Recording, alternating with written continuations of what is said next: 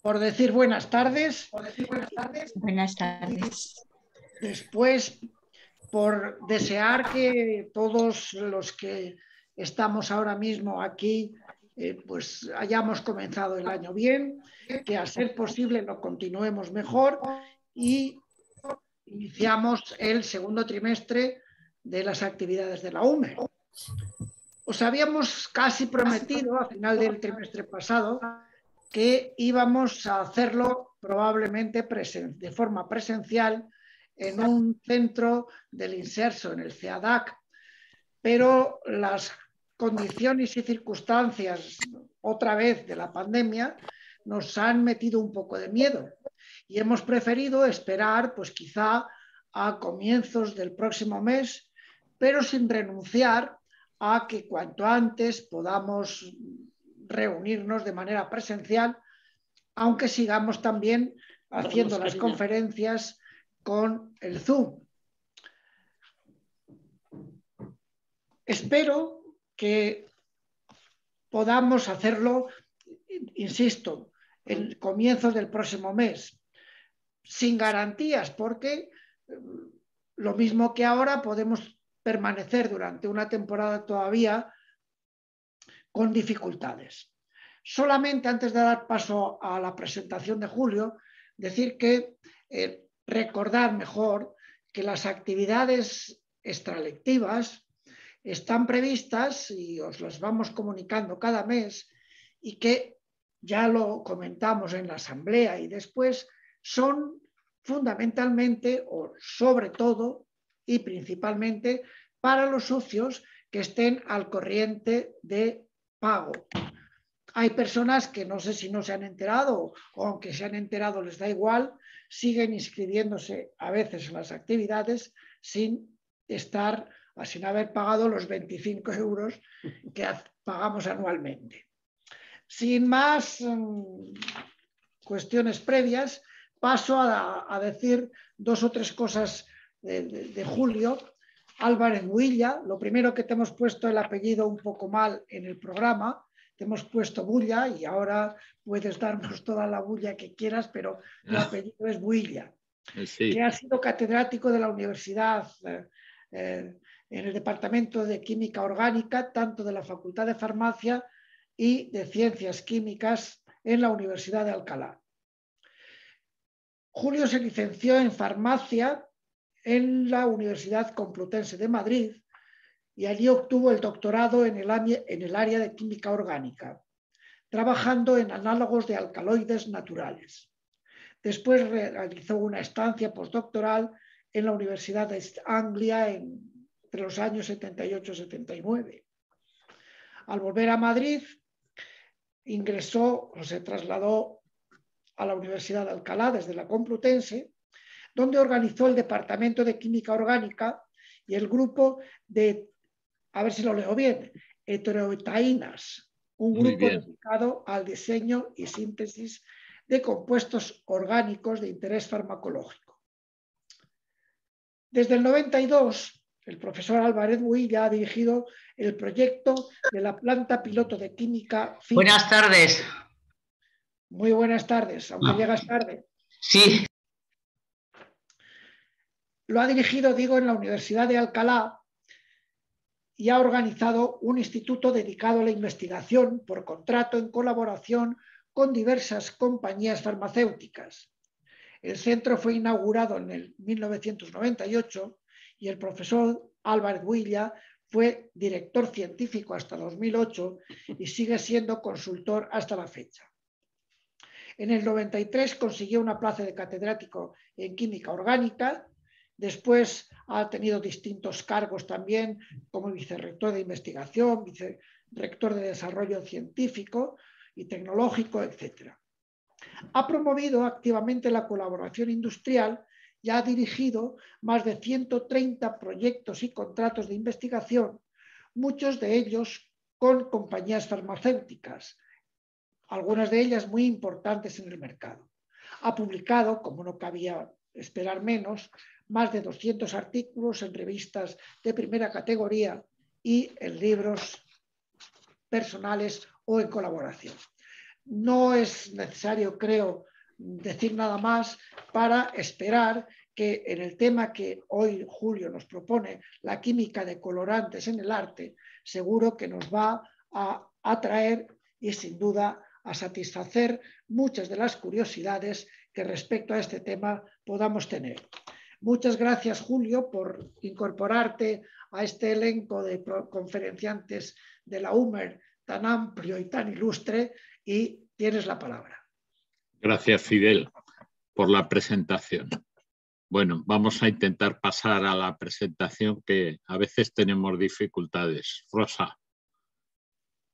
Cuando quieras. Venga.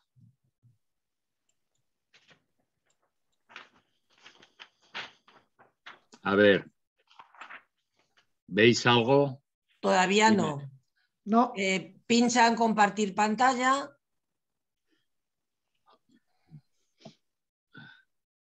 No tengo aquí compartir pantalla en estos momentos. Pues haz chiquitito tu PowerPoint y ya vas a ver la pantalla del Zoom.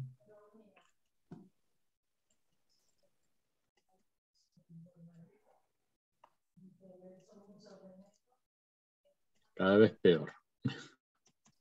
Perdonad, ¿eh?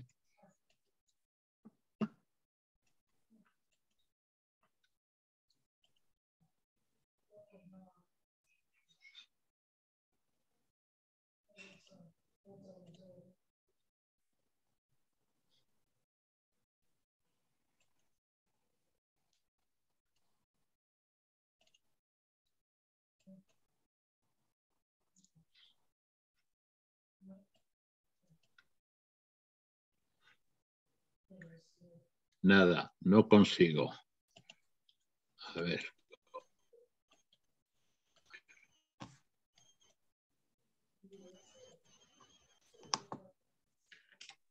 ¿Tú qué ves? ¿Tu PowerPoint?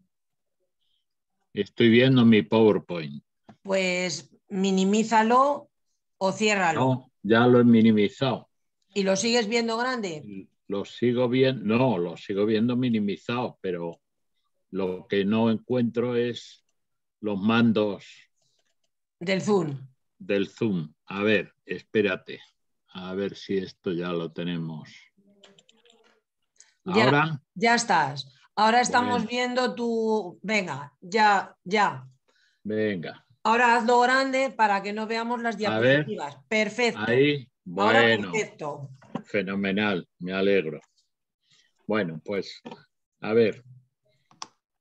Os he traído para la charla de hoy algunos ejemplos de colorantes históricos que aparecen en obras de arte diferentes. Y lo primero que quería, para establecer de qué hablamos, es las diferencias entre pigmento y colorante. Pigmento es un producto coloreado que normalmente se utiliza como componente de pinturas, de tintas, a veces de cerámicas. Os voy a poner como ejemplo el azul ultramar. Y por otra parte, los colorantes, lo que denominamos colorantes, es un producto que se utiliza sobre todo en textiles, para teñir textiles. Y ahí os traigo 4 históricos: la púrpura de Tiro, el índigo, el rojo de cochinilla y el negro de palo de Campeche. Por hablar de los pigmentos, el azul ultramar, que es el ejemplo que os he traído, es un componente del lapislázuli. Lapislázuli es una piedra semipreciosa que procede mayoritariamente de Afganistán, aunque hoy día hay también en Chile, por ejemplo, en bastante abundancia. Y de este producto, que es el lapislázuli, se obtiene el azul ultramar en forma de polvo. ¿Cuáles son la composición del lapislázuli? La composición principal es que es una calcita, a veces un mármol, saturado de granos de lazurita, que es un silicato complejo de color azul, y entonces lo que se hace para extraer el azul ultramar es pulverizar el lapislázuli y una vez que se ha obtenido el polvo con los dos tipos de partículas, tratarlo con ácido acético, con vinagre. Entonces el ácido acético ataca a la calcita, como veis aquí, genera acetato cálcico y CO2, anhídrido carbónico, que se libera de la reacción. Y el resultado es que quedan los granos de lazurita limpios. Cuanto más puro sea el lapislázuli en el color azul, más puro será el azul ultramar obtenido, porque quiere decir que no tiene otros componentes que alteren ese color o que ensucien ese color. El producto era tan caro tradicionalmente que en la Edad Media se suele encontrar sobre todo en manuscritos. Aquí tenéis un manuscrito que está en París, el manuscrito Matthew. Pues todos estos signos y letras pintados en azul están pintados con azul ultramar, con pintura basada en azul ultramar. Claro, era tan caro este producto que cuando Miguel Ángel pinta la Capilla Sixtina, aquí tenéis el frontis de la creación, pues el azul que utiliza, como era un trabajo para el Papa, por lo tanto con dinero, diríamos, inacabable en aquellos momentos, pues lo pinta con azul ultramar. Y entonces aquí tenéis como el fondo del cielo y el manto de la Virgen están pintados a base de un fresco, de una pasta de azul ultramar. Algunos pintores, como es el caso de Johannes Vermeer, que ahora el Rijksmuseum en Ámsterdam está preparando una gran exposición de este pintor. Hace bastantes años hubo una en Madrid, en el Prado. Pues este era un pintor que en realidad se ganaba la vida como marchante de arte y como tasador de obras de arte, como tasador de cuadros. Pero pintaba también, pero era muy preciosista pintando. Entonces, en total, hoy día se conservan de él 35 cuadros en todo el mundo. La próxima exposición que prepara el Rijksmuseum intenta reunir la gran mayoría de esos cuadros. Bueno, pues La joven de la perla, que está aquí, que es probablemente su cuadro más conocido, pues veis que el turbante que lleva esta muchacha alrededor de la cabeza está pintado precisamente a base de azul ultramar.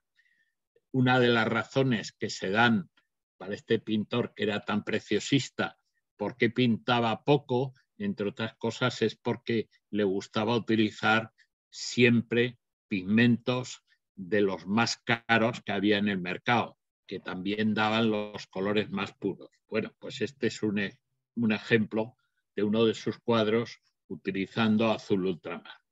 ¿De dónde procedía el producto? Pues procedía de Afganistán, como os digo antes, de Oriente Medio. De ahí, de las montañas de Afganistán, venía a través de la ruta de la seda hasta Constantinopla, luego hasta Estambul. Y de ahí volvía a continuar viaje y llegaba a Venecia. Venecia era el gran centro durante el Renacimiento del mercado del azul ultramar y venía directamente de Afganistán, de la ruta de la seda. Bueno, esto era importante porque los comerciantes venecianos hacían un enorme negocio con el comercio de este producto. A mediados del 19, sin embargo, se empieza a producir azul ultramar sintético, la azurita sintética. Este es el mucho más puro por lo tanto de color y sobre todo mucho más barato. El producto, que en inglés se llama ultramarine, pues empieza a ser utilizado por los impresionistas, que en el momento que se abarata el color, pues resulta que pintan muchos cuadros basados en esta paleta de azules de la lazurita sintética. Aquí tenéis uno de Claude Monet, que son las rocas de Port-Domis, y otro de Bernard Gutmann, que es un impresionista alemán, pues con una serie de barcos de pesca bretones, cuadros en donde se ha utilizado la azurita porque ya era barata y era asequible incluso a pintores de poco dinero como eran los impresionistas de finales del XIX. El otro que os quería traer aquí, el primer colorante, porque este sí que tenía uso textil, es la púrpura de Tiro. La púrpura de Tiro es un colorante muy clásico que desarrollan los fenicios a partir sobre todo del puerto de Tiro, que es de donde se distribuía por todo el Mediterráneo. El puerto de Tiro está ahora en Líbano. Eran fenicios que eran comerciantes hábiles, con lo cual pues la púrpura de Tiro se convierte en uno de los principales ingresos de la ciudad. Aquí tenéis el puerto de Tiro, como veis, con columnas antiguas aquí arrumbadas y el resto de la ciudad. Bueno, pues esto sería una vista diríamos, de la industria de producción de púrpura de Tiro y del teñido de telas. Para que os hagáis una idea, tradicionalmente en época romana, por ejemplo, la púrpura de Tiro, el colorante, era más caro que el oro, con lo cual os podéis imaginar que era tanto el colorante como las telas teñidas en el colorante púrpura, pues tenían un gran precio y por lo tanto estaban reservadas a las clases más pudientes. La procedencia de la púrpura de Tiro era a partir de este tipo de caracola, de pequeña caracola, Murex brandaris o Bolinus brandaris, porque diferentes autores dan diferentes nombres del molusco, ¿no? Y lo que os quería traer aquí es, fijaos, como en un mosaico romano en Sicilia, pues está representado el Murex brandaris correspondiente como una de las fuentes de riqueza del mundo romano. ¿Cómo se obtenía el producto? Pues de una forma muy simple. El producto, el molusco se recolectaba en el mar y había grandes balsas de agua de mar salada donde se acumulaban hasta que llegase el momento de la extracción. Allí se mantenían vivos y lo que ocurre es que estos luego, uno por uno, había que quitarle las vísceras, tenían una especie de bolsa con un colorante malva clarito, y esas vísceras se echaban todas en una cazuela con agua de mar y se mantenían a ebullición durante 10 días. A los 10 días se filtraban todo lo que fuera insoluble y la disolución que se había obtenido se concentraba y lo que quedaba era esto que veis aquí. Esto era la púrpura de Tiro tal como quedaba después de la extracción.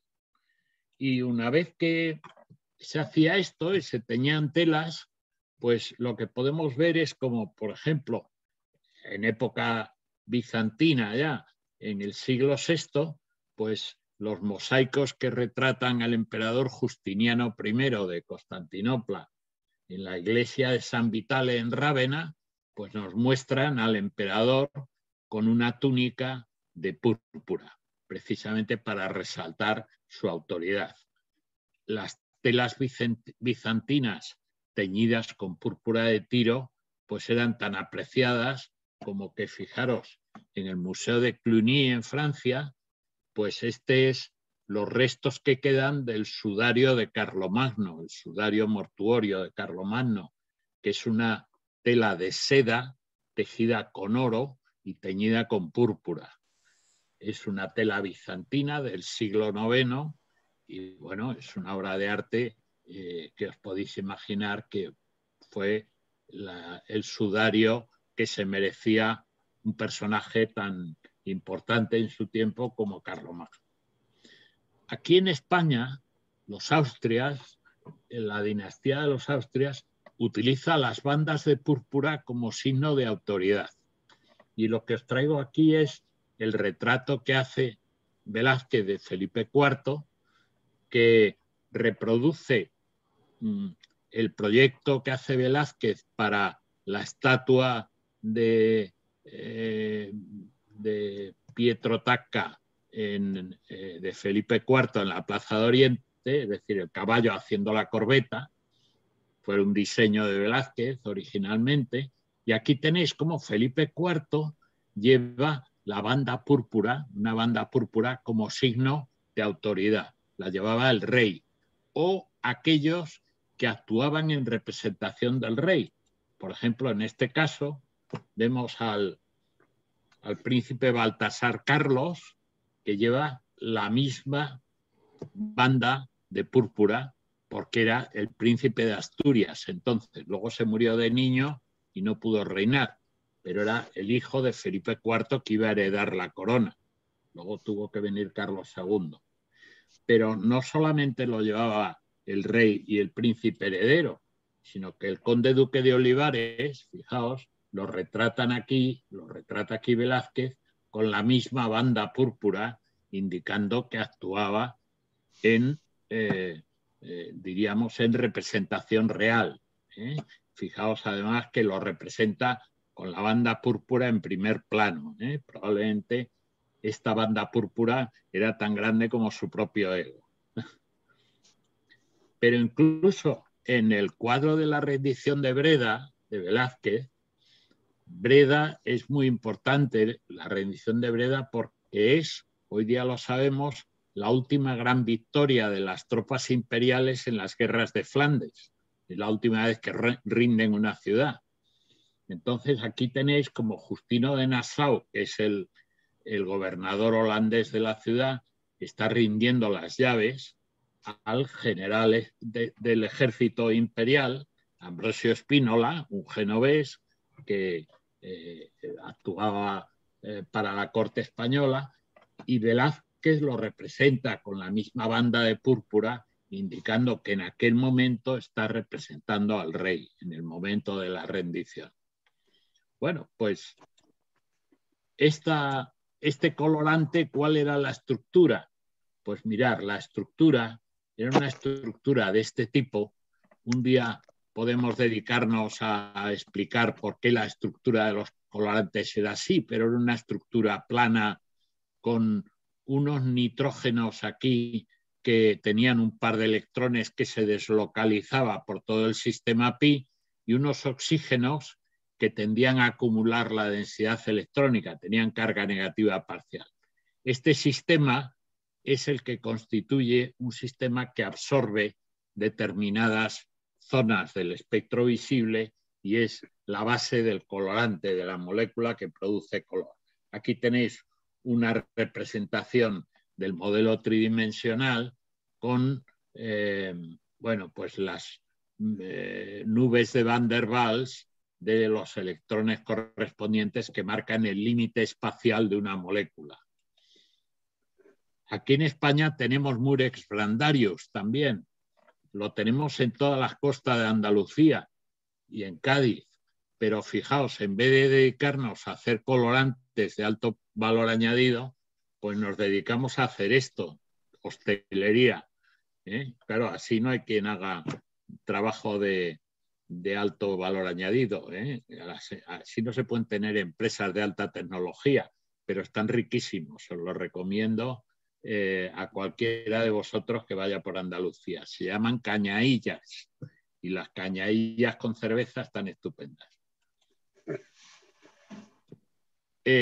La púrpura de Tiro tiene una derivación que es muy curiosa con la mauveína, que es otro colorante diferente.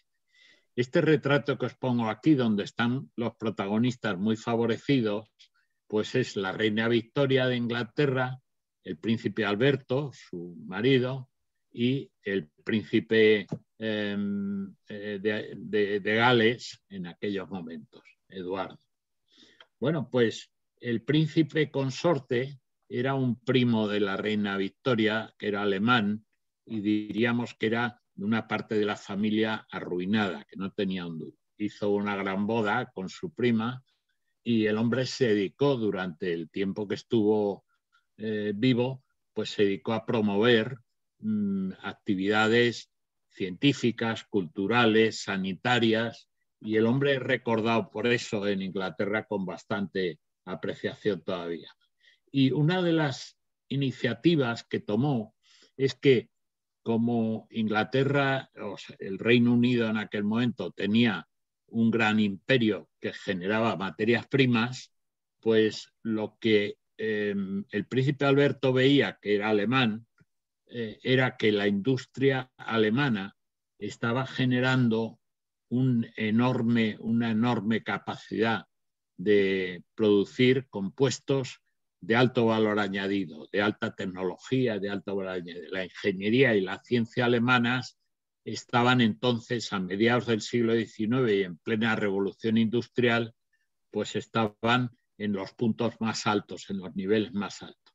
Y lo que él quería era montar un centro en Londres que fuera una universidad de élite para formar científicos e ingenieros de primer nivel que pudieran competir con los alemanes.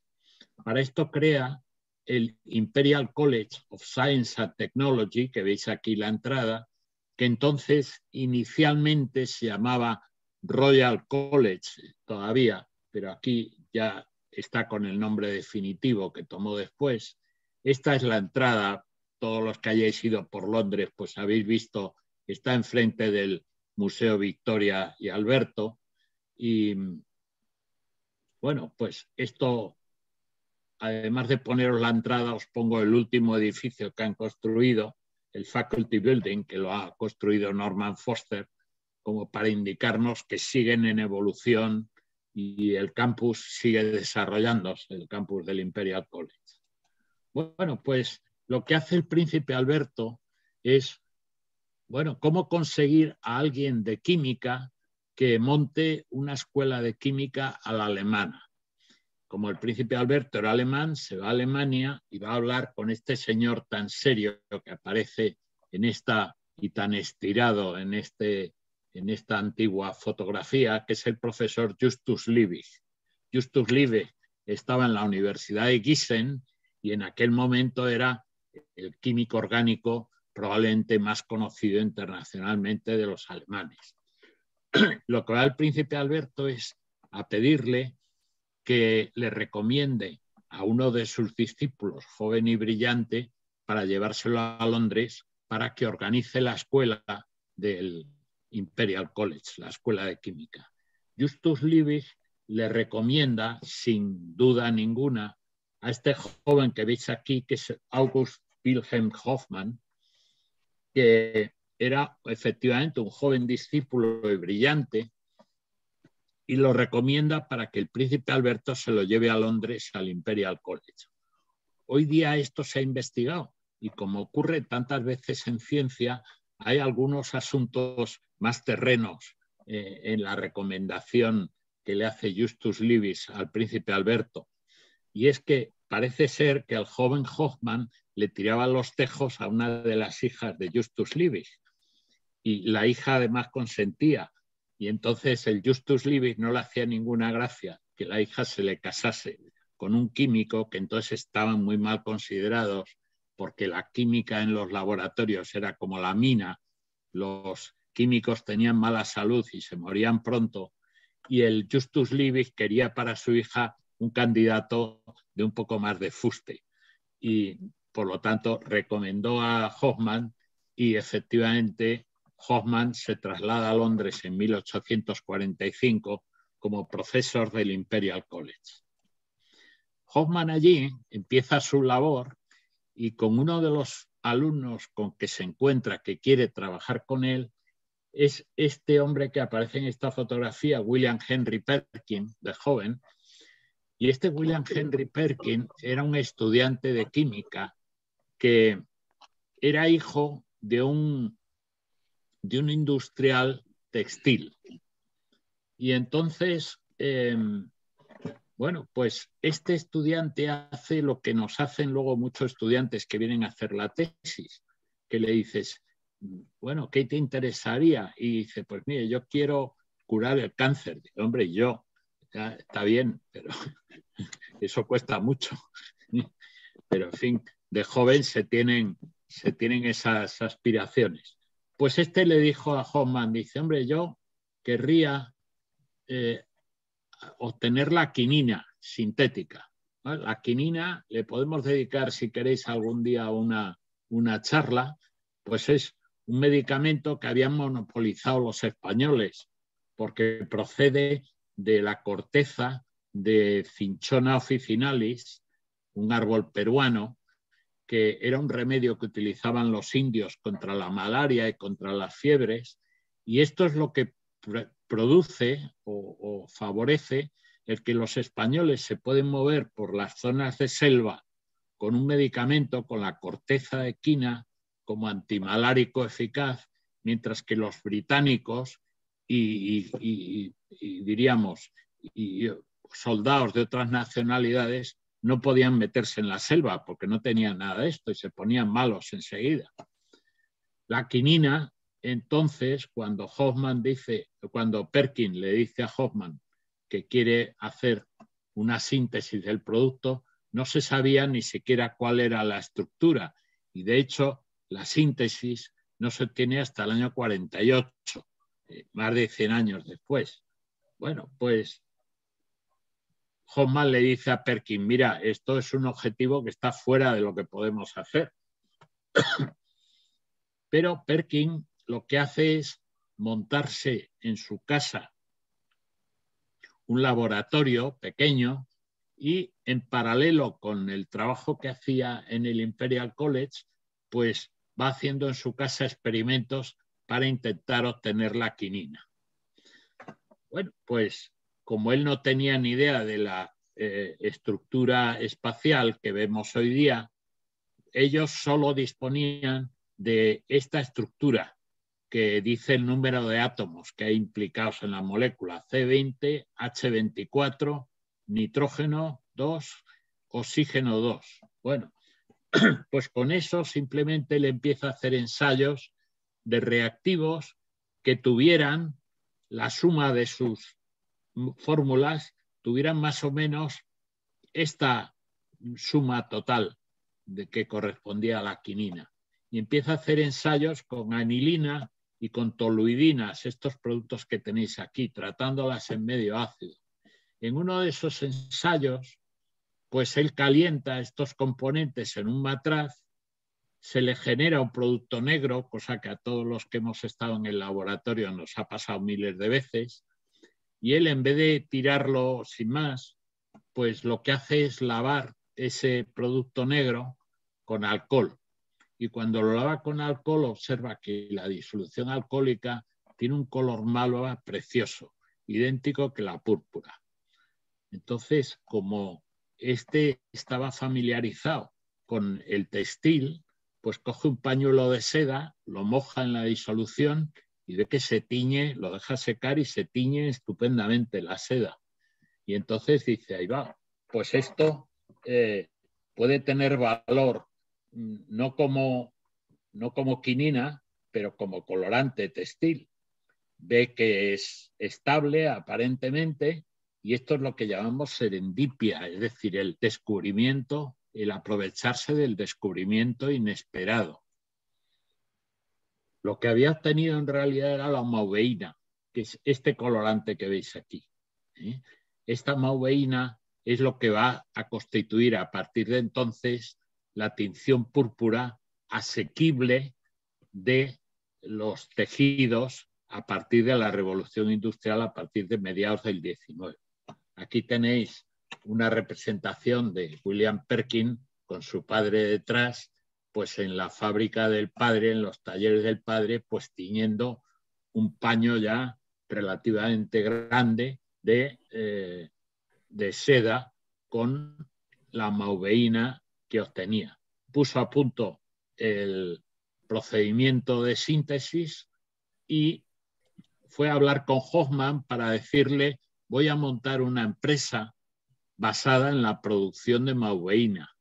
Y Hoffman, que no tenía experiencia en eso, le dijo, mire, yo creo que está usted equivocándose, usted debería acabar su tesis aquí, dedicarse a la ciencia, está muy bien lo que hace, pero bueno, pues Perkin no le hizo caso, montó una empresa y aquí tenéis el retrato de Perkin ya de mayor, con una madeja de seda, está en la National Portrait Gallery en Londres, y este vestido que veis aquí es uno de los vestidos que se conservan en el Victoria and Albert Museum y aparentemente es el que usó la reina Victoria para inaugurar la Exposición Universal de Londres de 1862. Esto en su época era un alarde tecnológico porque era un vestido teñido de púrpura, pero una púrpura estable. La púrpura era bastante inestable y de hecho los ingleses tienen un proverbio que dicen: el que viste la púrpura por la mañana, por la tarde la tiene descolorida. Y eso, aparte del sentido real que tiene directo, quería también decir que las glorias de este mundo pasan enseguida.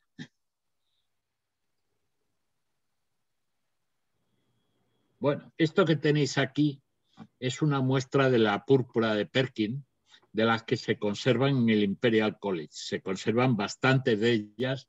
Perkin fue muy generoso con el Imperial, donde él había estudiado, y no hizo solo donaciones de dinero, sino también de muestras de maubehina.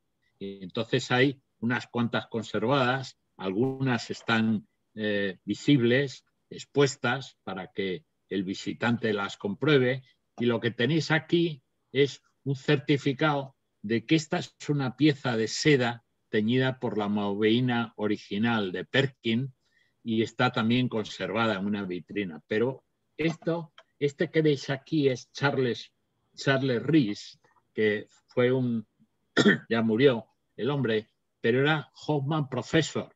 La cátedra primera de química orgánica en el Imperial College se sigue llamando, haciendo relación a Hoffman, que fue el primer catedrático de orgánica en el centro. Bueno, pues Charles Rees era Hoffman Professor a finales del siglo pasado, hasta ahora, comienzos del 21, ya que falleció, y era emérito. Bueno, pues Charles Rees era un típico británico que siempre llevaba pajarita, yo creo que hasta en la ducha, y era además un amigo. Yo he mandado a 3 personas de mi equipo que hicieron el postdoctoral con él. Pues le hicieron con una seda teñida con la púrpura de Perkin original, le hicieron esta corbata de pajarita, y él se fotografió con una de las revistas de química orgánica de la Royal Society británica, que se llama Perkin, precisamente en honor a William Perkin, el inventor de la maubehina, el descubridor de la maubehina. El otro caso que os quería traer aquí es el de el índigo. Estos hombres que veis aquí son los tuaregs del desierto, que son los hombres de azul. Y estos hombres de azul tienen las vestimentas teñidas con índigo. Bueno, el índigo no solo se ha usado como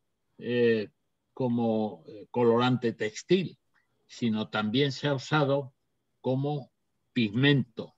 Y entonces, si vais a Marruecos, pues veréis muchos pueblos con el encalado de las calles y de las casas, pues teñido de azul en muchos casos, haciendo dibujos más o menos complejos. Pues esto mismo que veis aquí, menos exagerado, lo podéis ver en España, en La Mancha, sobre todo.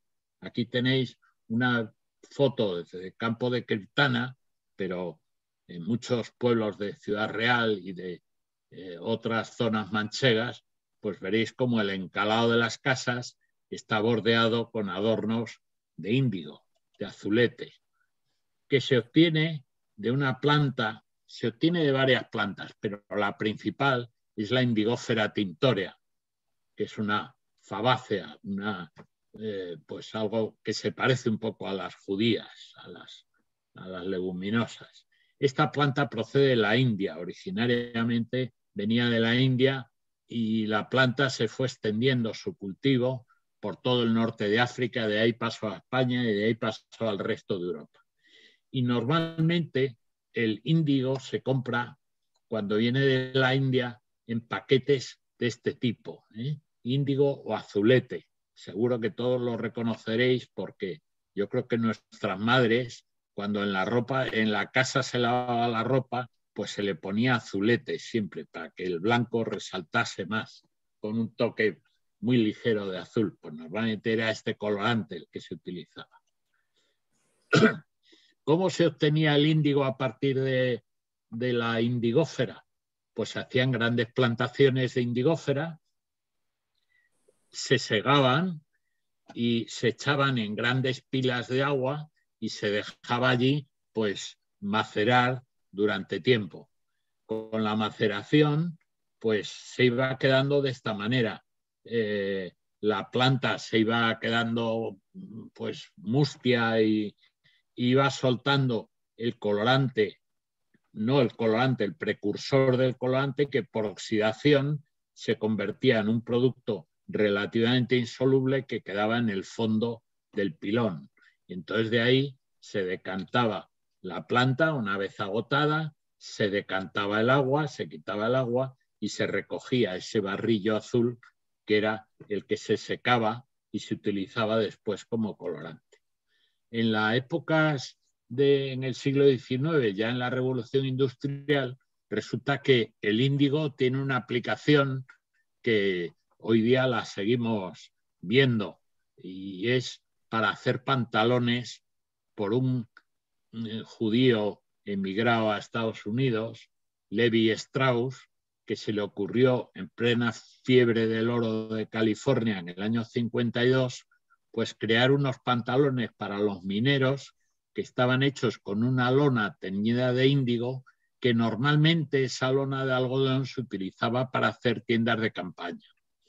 Pues él con esa loneta fuerte empezó a hacer pantalones que se caracterizaban por dos cosas: por tener doble costura para que no se rompieran con facilidad y por tener remaches de metal en los bolsillos para impedir que se soltasen los bolsillos y se rompiesen.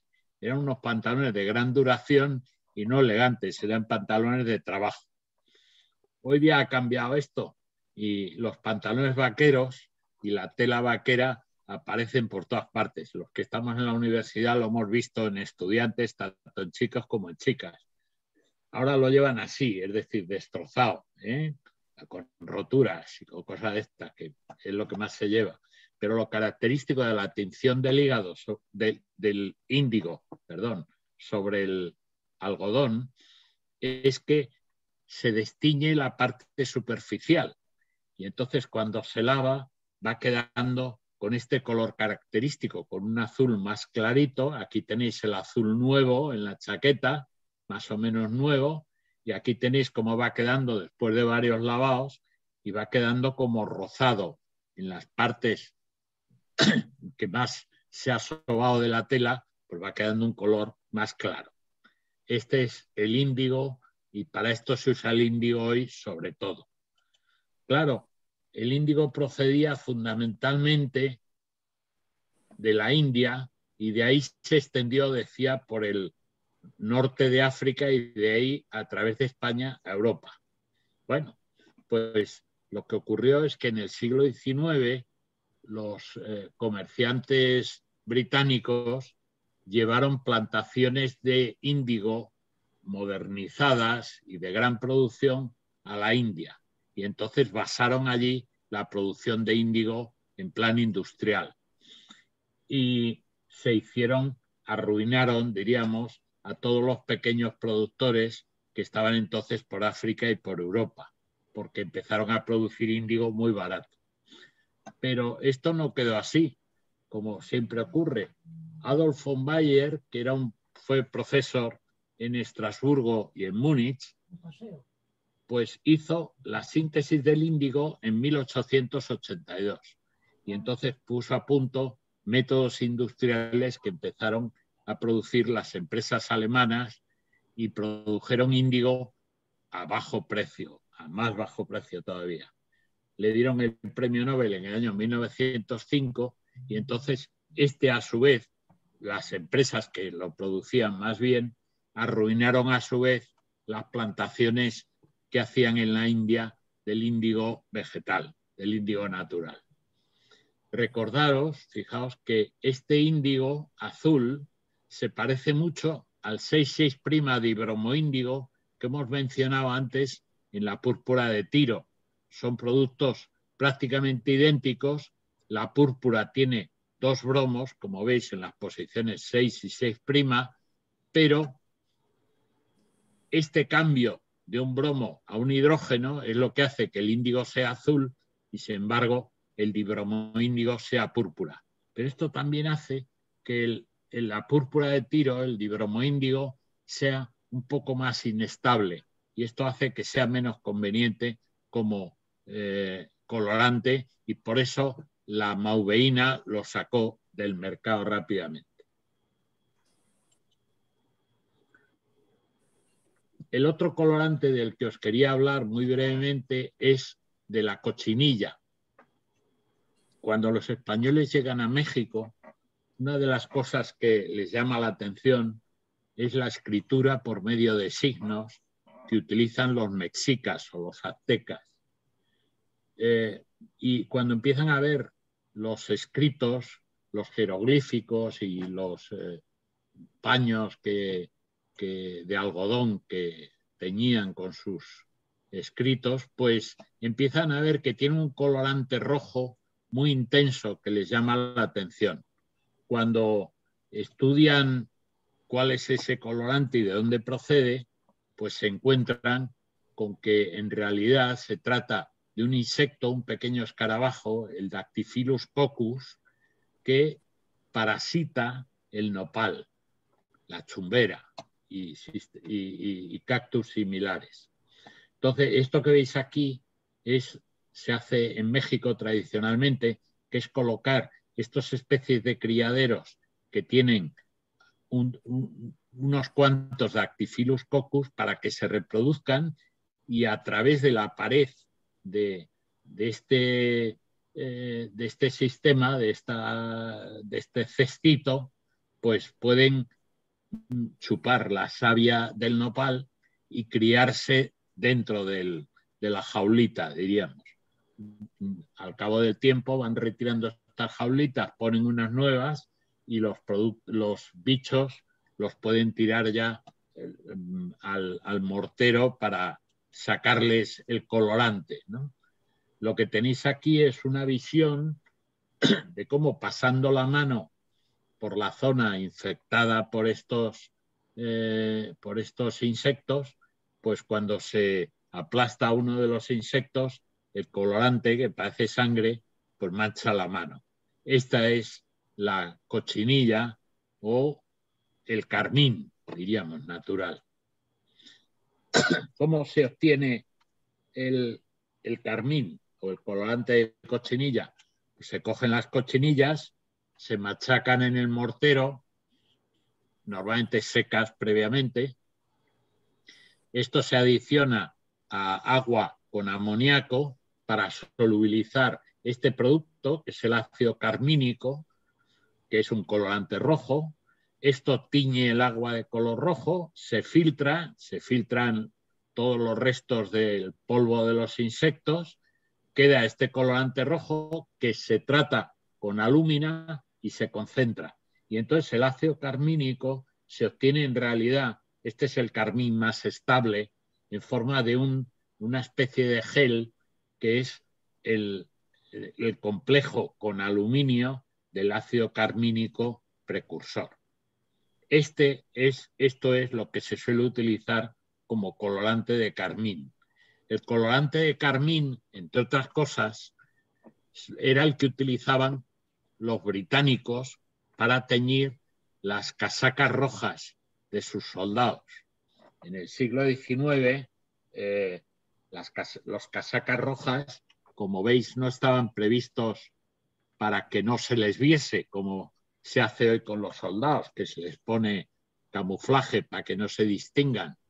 Como entonces las armas de fuego eran de muy poca precisión, lo que querían los británicos era al revés, que se les viese bien y que cuando vieran una formación de los casacas rojas, el enemigo saliese huyendo, porque aquellos eran soldados profesionales. Podríais ver, seguro que muchos la hemos visto, toda nuestra generación, la película Zulú, que es un episodio de las guerras zulúes en Sudáfrica, donde se ve los casacas rojas en su actuación, diríamos, en acciones de guerra.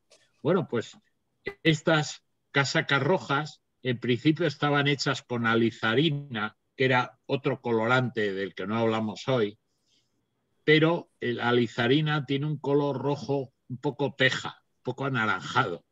Entonces los oficiales encontraban más elegante el no llevar... son de lo que más me gusta.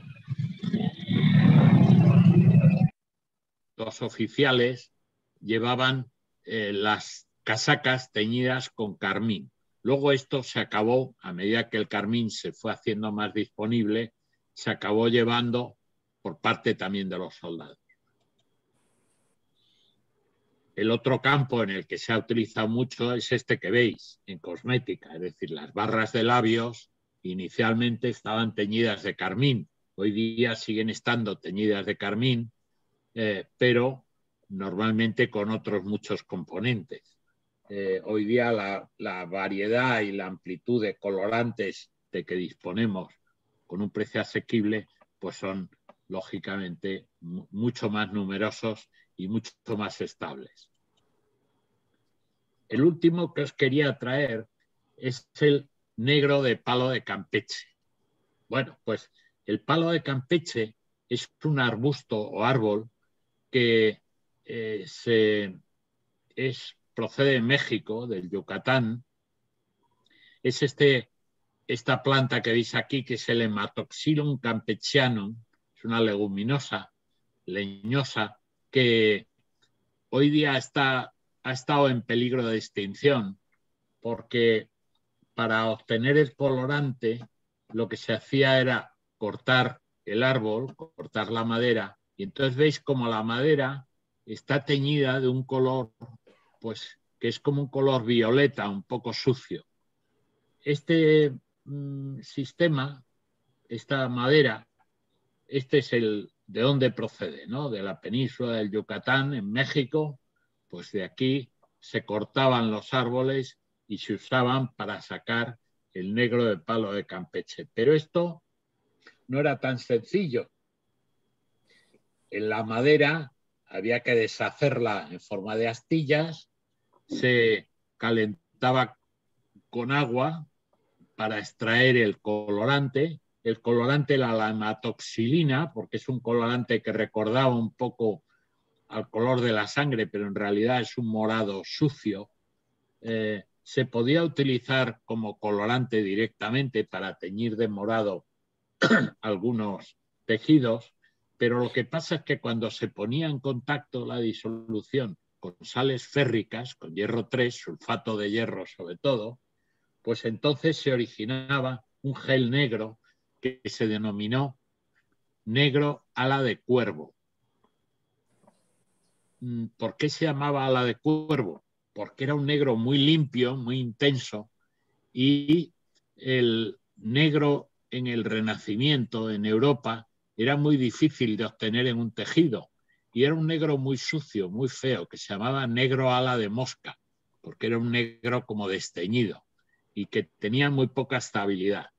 Entonces los españoles aparecen con el negro ala de cuervo, y entonces cuando vemos estos retratos de Felipe II, por ejemplo, que aparece todo de negro, este que tenéis aquí es de Sofonisba Anguissola, en el Museo del Prado está, y ahora está expuesto porque ha habido temporadas que no estaba expuesto. Esta es la primera pintora identificada del Renacimiento en Europa y es una italiana de Génova, es una genovesa que viene a la corte española y pinta en la corte española. Bueno, pues cuando vemos así a Felipe II, pues siempre decimos qué triste era, pobre hombre, siempre de luto. No, no, esto era lo elegante. En aquellos momentos era el Armani de la época, el negro ala de cuervo, lo pone de moda la corte española de los Austrias y durante años se convierte en un colorante muy apreciado y muy buscado en todo el resto de Europa. Quizá uno de los más característicos de los cuadros del Museo del Prado es el Caballero de la mano en el pecho del Greco. El Greco tiene bastantes cuadros en donde representa caballeros de negro. Era, como os digo, el Armani de la época, de la elegancia. Bueno, pues con esto, nada más que deciros que hoy día los colorantes se diseñan utilizando química computacional. Y la química computacional hoy día nos permite predecir qué tipo de moléculas van a ser las más adecuadas para absorber determinadas franjas del espectro visible y dar los colores, los tonos o las mezclas que deseamos. Esto requeriría, por supuesto, no una conferencia, sino probablemente un curso entero. La cantidad de colorantes de que se dispone hoy día y las maravillas que se puede hacer con ellos, pues son increíbles. Pero os he traído aquí un puñado de colorantes históricos para vuestro disfrute y diversión. Espero que os haya gustado y nada más deciros que gracias por vuestra atención. Muchas gracias. Pues muchas gracias, Julio. ¿Quieres dejar de compartir? Bueno, dejo Sí. Vale, para que nos veamos todos. Sí. Ya lo he hecho yo. Vale, fenomenal. Muchísimas gracias, Julio. Ha sido súper interesante. Me ha encantado. Interesante. Sí, sí. Genial. Bueno, pues oye, encantado, ya sabéis. A mí me ha parecido fabuloso, interesantísimo. Increíble, Sí, sí. increíble. Qué bien lo ha expresado para nosotros que podamos entenderlo. Es una maravilla de conferencia, de verdad. Bueno, yo he tomado notas, espero que me mandéis el libro. Yo he tomado notas porque mañana les voy a dar una conferencia a mis nietos que se van a enterar. Porque de verdad. Es que Sí. bueno, me quedo fascinada total. Mira, todo he tomado apuntes por todas partes.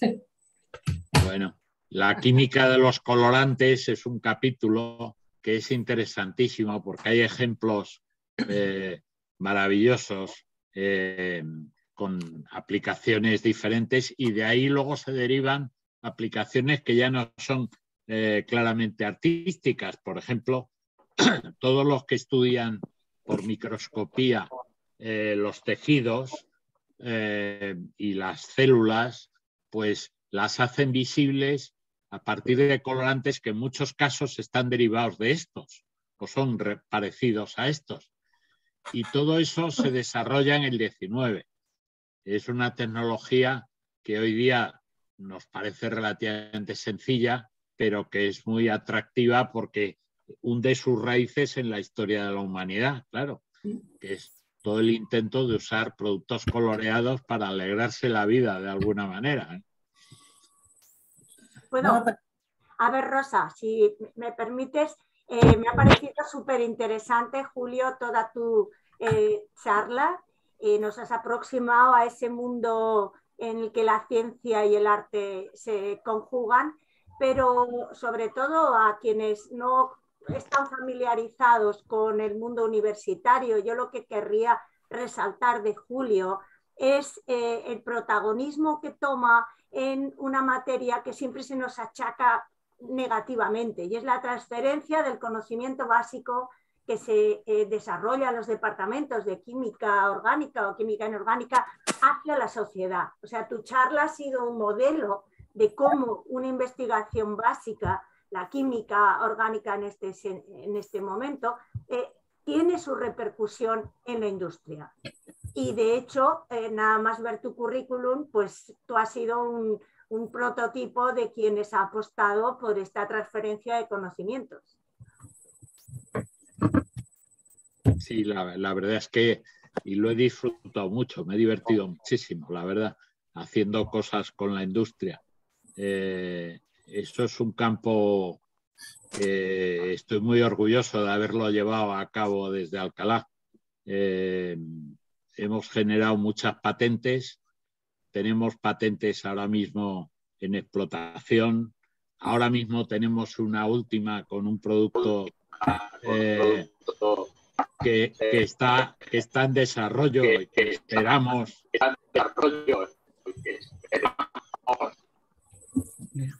A ver, tengo algún problema, ¿me oís bien? Sí. Lo oímos Bueno, bien. No, pues con un producto que puede llegar a clínica dentro de poco. Vamos a ver si esta vez hay suerte. He tenido varios productos en la clínica, es decir, en ensayos de humanos, en varias ocasiones. Pues a ver, parece que va a llegar también. Vamos a ver si llega al mercado, que eso es mucho más difícil. Pero bueno, quiero decir que eso de que la ciencia básica al final se traduce en avances en la sociedad, pues es evidente. En colorantes, en fármacos, en muchísimas aplicaciones en electrónica hoy día, en computación, en todo lo que queráis. Fantástico. Pilar. Bien. Ahora me oís, ¿no? Sí, Sí. perfectamente. Sí. No, bueno, yo por supuesto quería felicitar a Julio. Es verdad que somos amigos hace muchísimos años, pero a mí algo en relación con lo que habéis dicho antes, a mí una de las cosas que más me gusta de Julio es que es un excelente químico, sabe muchísimo de su disciplina, de química, de farmacia, de todo ese campo, pero también tiene ese componente de arte, de humanista, que a mí me encanta. Es una persona que, como habéis visto hoy, es un placer hablar con él porque es de estas personas que saben un poco de todo. Y yo creo que hoy lo ha demostrado ligándonos, bueno, la importancia de la química no a los colorantes o a los pigmentos, sino a lo que es el arte, porque efectivamente sin la química no hubiera habido arte y yo la verdad es que hoy he aprendido muchísimo. Por cierto, soy una entusiasta de Fermer y claro, ahora he entendido la explicación, por eso pintaba tan poco, porque era un exquisito.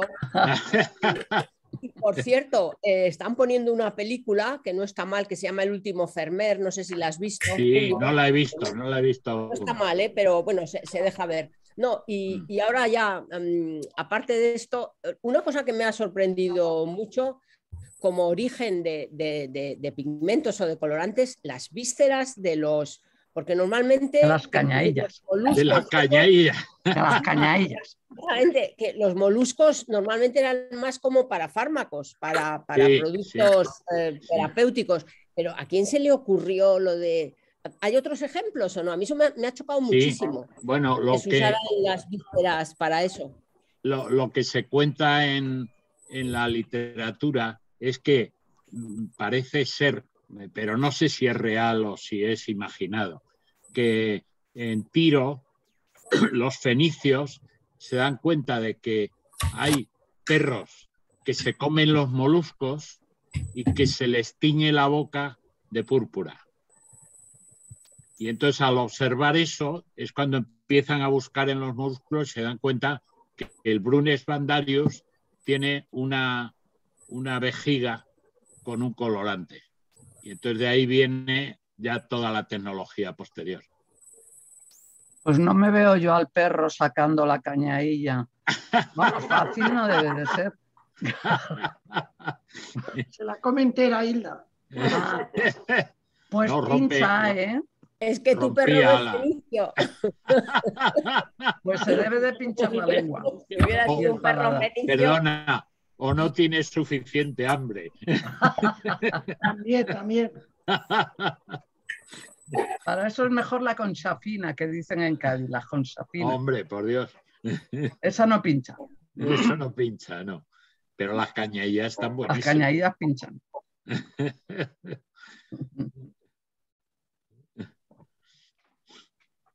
muy bien. Bueno, pues... Yo quería, además de darte las gracias, Julio, quería preguntarte si, porque me ha sorprendido también la conferencia muchísimo, si habéis tenido alguna colaboración con algún museo en el tema de restauración de cuadros o de este tipo de cosas, o algún tipo de consulta que os hayan hecho en relación al tipo de pigmentos a usar. No, es un sector que no lo hemos trabajado, no. No. En absoluto. No, eso, yo creo que hay químicos especializados en temas de restauración muy buenos y que, bueno, y eso lo dominan muy bien. No es nuestro campo. Ya. Pues gracias. Bueno, Julio, yo aprovecho primero para darte las gracias y lo segundo para decirte que vamos a contar contigo más veces. Nada, oye, lo que queráis. Nos has puesto en muchas pistas y yo creo que estas pistas no las debemos dejar perder. Nada, fenomenal. Julio tiene un listado de cosas que nos ha pasado, de las que nos puede hablar, que es muy, muy amplio y seguro que con él vamos a contar muchas más veces. Además, lo ha contado muy bien y muy clarito, muy didáctico, con lo cual agradecidos por todo. Fenomenal, gracias a vosotros. Oye, pues si os parece, abrid los micrófonos y le damos el aplauso que se merece. Muy bien.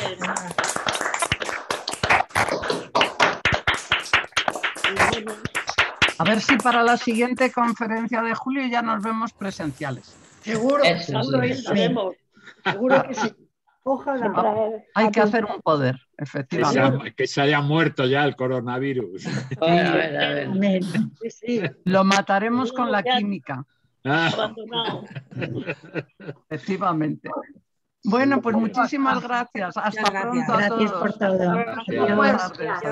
Gracias a vosotros. Adiós a todos. Adiós a todos. Hasta el jueves. Adiós.